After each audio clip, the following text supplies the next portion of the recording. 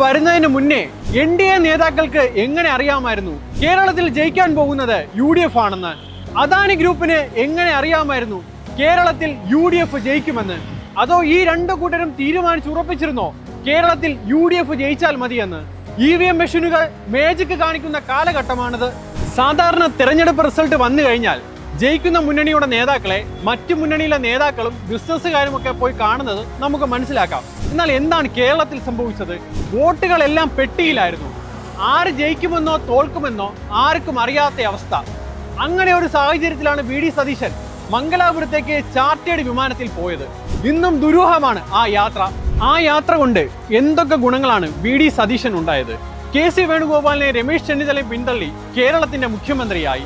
ഇനി എന്തൊക്കെ ഗുണങ്ങളാണ് കേരളത്തിൽ സംഘപരിവാറിനുണ്ടായത്? പശ്ചിമ ബംഗാളിന് സമാനമായ രീതിയിൽ കേരളത്തിന്റെ മുഖ്യ തെരഞ്ഞെടുപ്പ് ഓഫീസറായിരുന്ന രത്തൻ യു കേൽക്കറെ മുഖ്യമന്ത്രിയുടെ സെക്രട്ടറിയായി നിയമിച്ചു. അതത്ര നിഷ്കളങ്കമായ ഒരു നിയമനമായിരുന്നില്ല. കേരളത്തിന്റെ മുൻ ഗവർണറായിരുന്ന ആരിഫ് മുഹമ്മദ് ഖാന്റെ വക്കീൽ അഡ്വക്കേറ്റ് ജാജു ബാബുവിനെ ഗവൺമെന്റ് പ്ലീഡറായി നിയമിച്ചു. ഉന്നത വിദ്യാഭ്യാസ വകുപ്പിന്റെ പ്രിൻസിപ്പൽ സെക്രട്ടറിയായി B അശോകിനെ നിയമിച്ചു.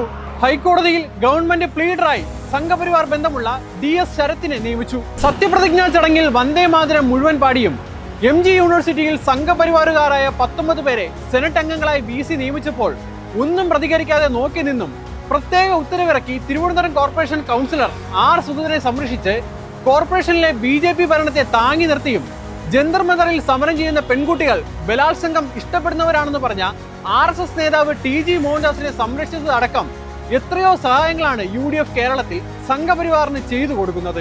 ഇതെല്ലാം എത്തി നിൽക്കുന്നത് സതീശന്റെ മംഗലാപുരം യാത്രയിലാണ്. വീണ്ടും നമുക്ക് ആ ചോദ്യങ്ങൾ ആവർത്തിക്കാം. ആരാണ് സതീശനെ മംഗലാപുരത്തേക്ക് സ്പോൺസർ ചെയ്തത്? എന്ത് ഡീലാണ് മംഗലാപുരത്ത് വെച്ച് NDA നേതാക്കളുമായി സതീശൻ ഉണ്ടാക്കിയത്? ആ ഡീലിന്റെ നീക്കുപോക്കുകളാണോ ഇപ്പോൾ കേരളത്തിൽ സംഭവിക്കുന്നത്?